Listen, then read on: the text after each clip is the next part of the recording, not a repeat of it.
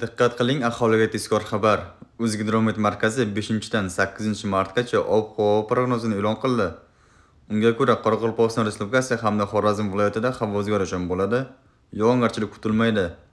Shamol-sharqdan 7-12 metr/sekund tezlikda esadi. Harorat kechasi 0-5 darajalik, kunduzi 5 va 8-marta 7-12 darajalik, 6-7-marta 9-14 darajalik bo'ladi. Buxoro va Navoiy viloyatlarida havo o'zgarishi bo'ladi. 5-6-marta ayrim joylarda yomg'ir yog'adi. 7-8-marta yog'ingarchilik kutilmaydi. G'arbiy shamol yo'nalishini o'zgartirib, sharqdan 7-12 metr/sekund tezlikda esadi. Harorat kechasi 2-7 darajalik, faqat 6-marta 0-5 darajalik, kunduzi 5-marta 7-12 darajalik, 6-dan 8-martgacha 15-20 darajalikgacha ko'tariladi. Navoiy viloyati shimolida kechasi 0-5 darajalik, kunduzi 5 va 8-marta 7-12 darajalik, 6-7-marta 9-14 darajalik bo'ladi.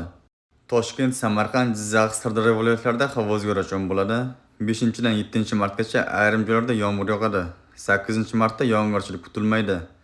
5-6-marta tuman tushadi. G'arbiy shamol yo'nalishini o'zgartirib, sharqdan 7-12 metr/sekund tezlikda esadi.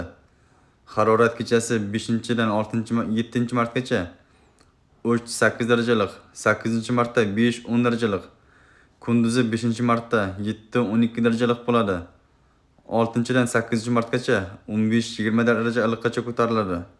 Qashqadaryo va Surxondaryo viloyatlarida havo o'zgarishi bo'ladi. 5-6-martda ayrim joylarda yomg'ir yog'adi. 7-8-martda esa yog'ingarchilik kutilmaydi.